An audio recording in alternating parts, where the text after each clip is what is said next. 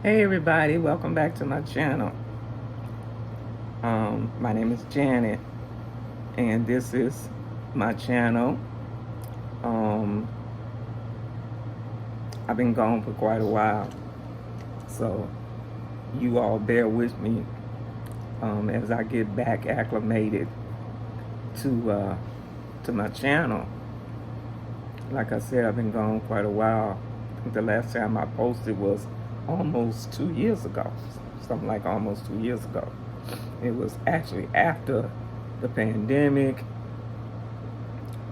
It was 21, close to 20, 22, something like that. And I changed the name of my channel. It was simply My Faith Table, but I added to that Confessions at My Faith Table because a lot has happened since the last time I uploaded. And God has really been dealing with me and working with me. And so I'm back now. I had went through a lot of changes, and but a lot has happened. Okay, I don't even think the last time I was on here, I wore my oxygen. I think I was on here without my oxygen, and I was doing some stuff, working with the Bible, which this is basically God's ministry. If you read the description in my box, in my description, you will see that this is a teaching educational video, but it's actually covering my faith journey and the before and the after. So hopefully the purpose to empower others to come to Christ, okay, will benefit you. And so, like I said, welcome back to Confessions at My Faith Table with Janet. And I wrote a lot of stuff down that I was going to try to talk about, should I say, in this intro. This is an intro to my page where I'm getting back started sharing, because that's what God has called me to do, okay, to share with you all. And that's what I'm going to do. I mean, it was a lot has transpired, okay, because like I really was running away from it, okay. I thought I was doing what he wanted me to do, and I kept getting sick. I was in and out the hospital, and I was impatient, and with the process. And he just told me to sit down. Just sit down. He was dealing with me, chastising me, just dealing with me, just working with me. And I've been praying, fasting, and just praying for his will to be done, and I have just being obedient, just obedient to his word. And he's really lifting me up, and empowered me. Okay, and so he wants me to be a vessel to empower others, because we go through a lot to get to him, and we don't have to, but sometimes that's what it takes. Okay, that's what it takes. My daddy used to say, a hard head make us all behind, and he's not lying. He's not lying. And when you're a kid, you don't understand what that means, but you're going to go through and you'll find out real quick what that means. And so that's what this journey is all about. Okay? That's what this journey is all about. Like I say, I haven't been on here, and when I was on here, it was all about George Floyd. We was, it was locked down, even though they were saying the pandemic was over 20 to 21, but people still was on lockdown, still wearing masks, and I was sick, in and out the hospital. And so it was just a lot, it was real bad. Couldn't walk, and it was real bad. But God be the glory, he brought me out. He brought me out. And I'm doing much better. But more importantly than my physical health is my spiritual health. Okay, me understanding the reason why he saved me, because so many others didn't make it. Okay, so many others didn't make it. So many others, okay, who had not did half the stuff that I did not make it. And that's important. See, that's one of the reasons why he want me, to share. Okay, why he wants you to see me.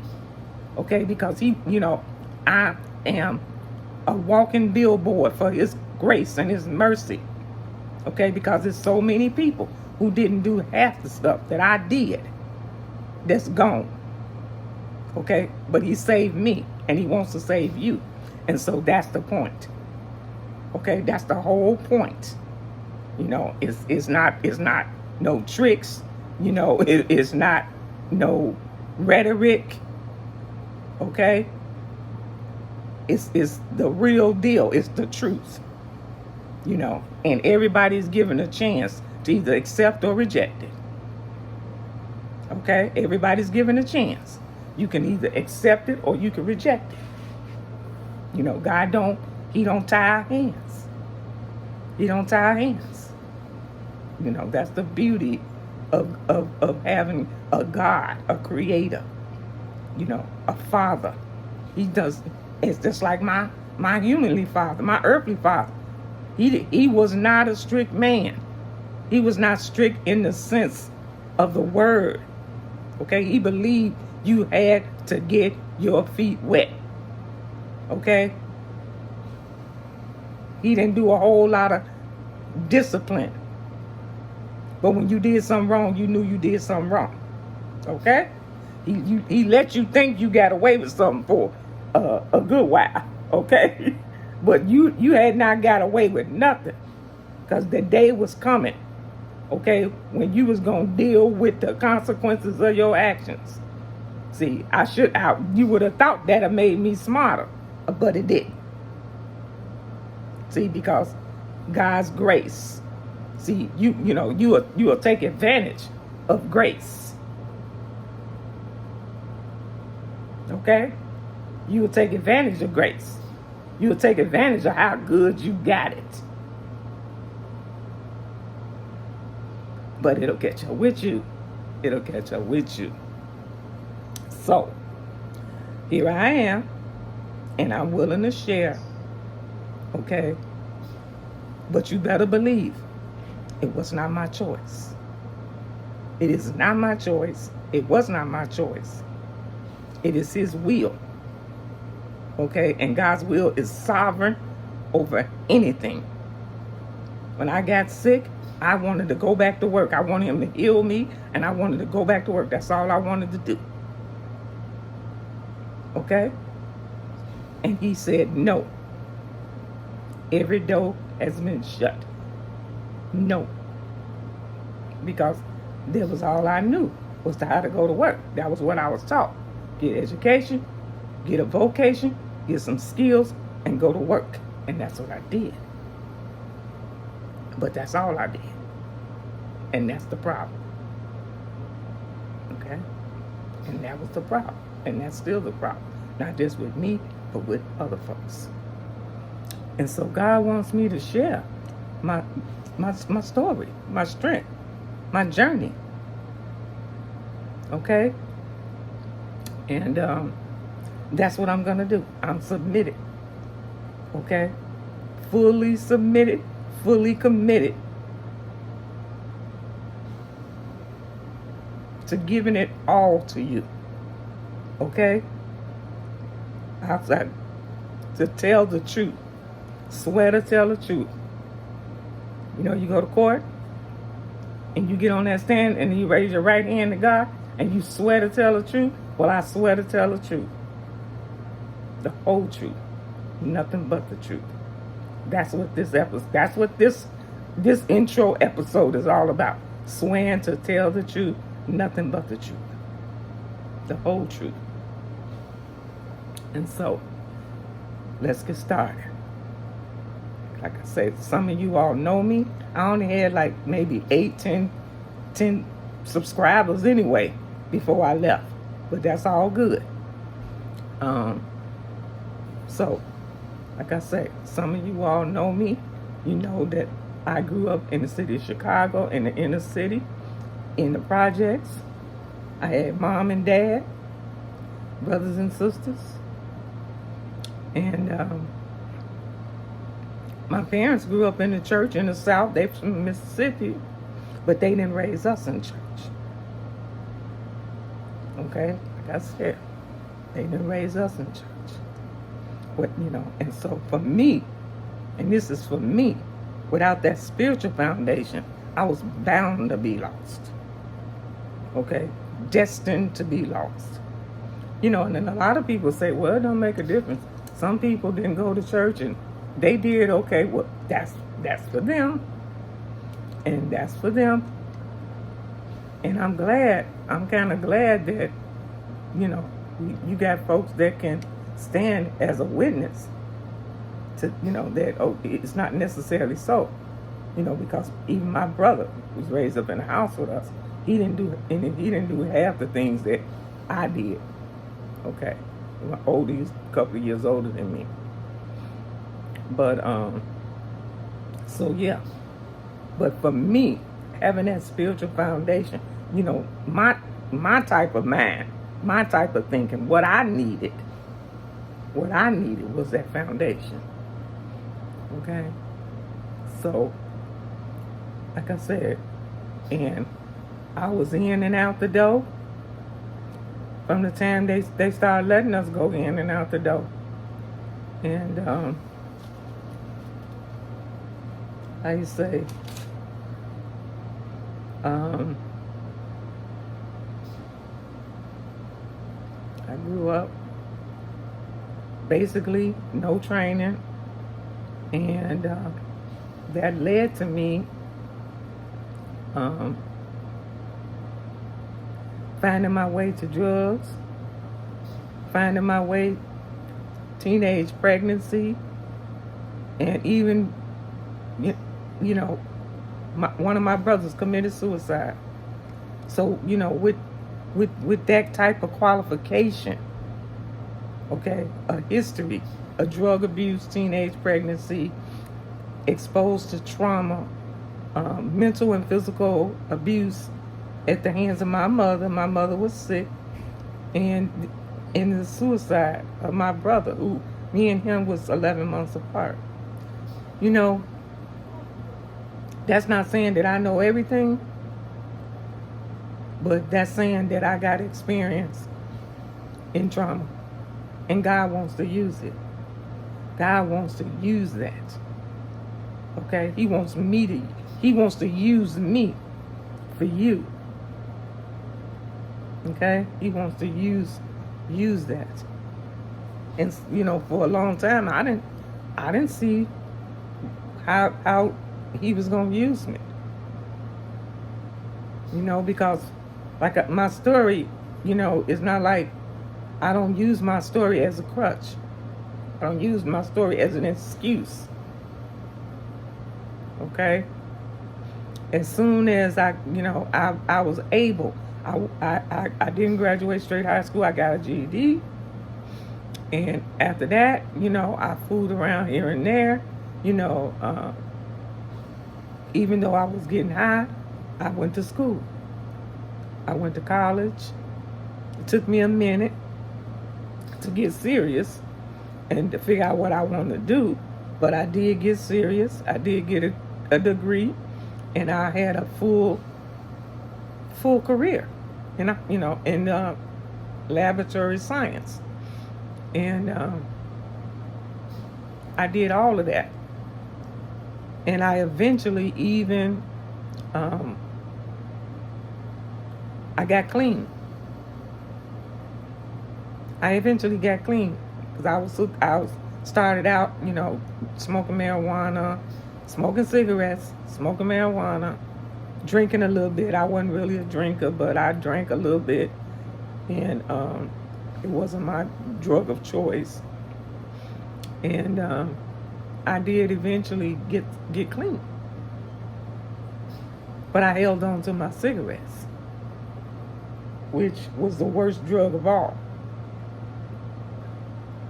nicotine is the worst drug of all. And I didn't realize how bad off I was and how hooked I was on nicotine. I didn't realize how sick I was and how I depended so much on those cigarettes. I didn't even think I had a problem because I had overcome so much. I had overcome so much. And I didn't think I had a problem because I went to work every day. I took care of my daughter. I wound up getting pregnant, and I had one child, a daughter. Took care of her by myself with the help of my parents. Got her through school, got her through high school. She even went to college. And so, but I didn't think I didn't see where I had a problem. I mean, I knew that I eventually was supposed to get off cigarettes, but like I say, taking advantage of God's grace. Taking advantage of God's grace. I use them as a crutch. I like smoking cigarettes. See, it's the things that you like to do that get you caught up. Okay? When you like ice cream, okay? That's the things that get you caught up. We like eating. We like sleeping late.